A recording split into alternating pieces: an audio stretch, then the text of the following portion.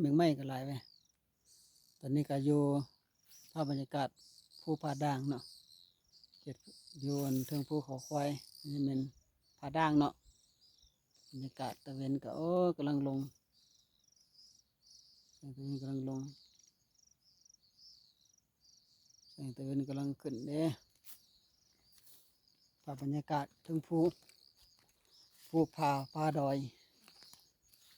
จะให้ดูภาพนี่ก็ภาพพระพุทธรูปนี่พระเก่าแก่มีพระเก่าแก่เนาะนี่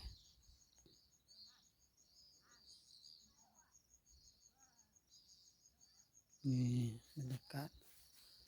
เห็นพระเก่าแก่เนาะนี่นี่ถึงภูผาด่างเด้อนี่เด้อตะเวนกำลังตกตะเวนกำลังตกนี่กำลังโอ้สวยงามดีอยู่นี่ตะเวนจะเห็นตะเวน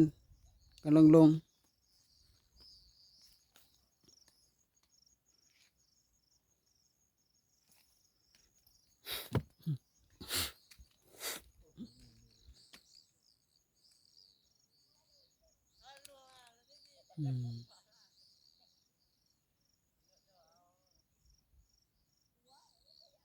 ตะเวนกำลังลง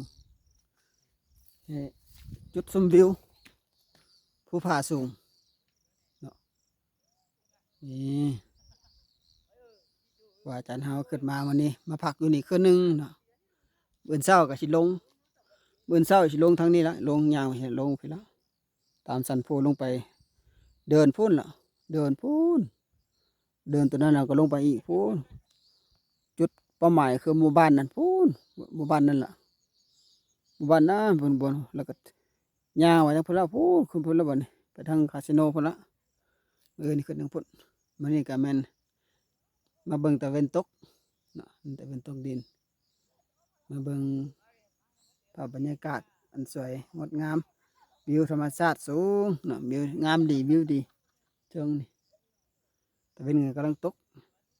นี่นี่ก็แม่นเด็กน้อยลาสูงเขาก็มาชมวิวคือกันนี่เด็กน้อยสูงเขาก็มาชมวิวคือกันเนาะ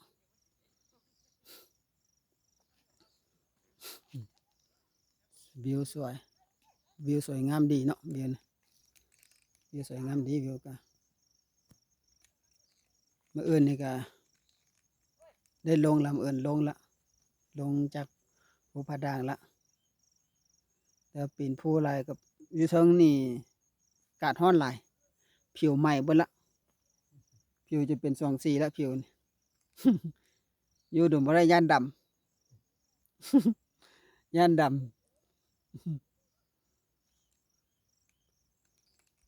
แล้วเขาว่าเองอยู่ดูบ่ได้แต่ว่าย่านดำอย่าสิดำกว่านี้ตัวนี้ก็ยังดำแหละ หน้าตาก็ดำแหละบรรยากาศนะช่วงนี้น้ำมันลงบนน้ำมันแห้งเขื่อนน้ำนี่น้ำมันแห้งเป็นเห็นดอนเห็นเป็นดอนเป็นภูเป็นผาไปดอนขมขมิมไปแห้งได้ข้าน้ำบ่แห้งโอ้เท่านี้เต็มเลยนะเท่านี้เต็มแต่ว่าโชคดีอยู่น้ำมันแห้งโอ้แต่เห็นกำลังตกขอรับฟ้านี่ความสว่างเริ่มหายไปความมืดเริ่มเกิดขึ้นมาความมืดกำลังเข้ามาครอบง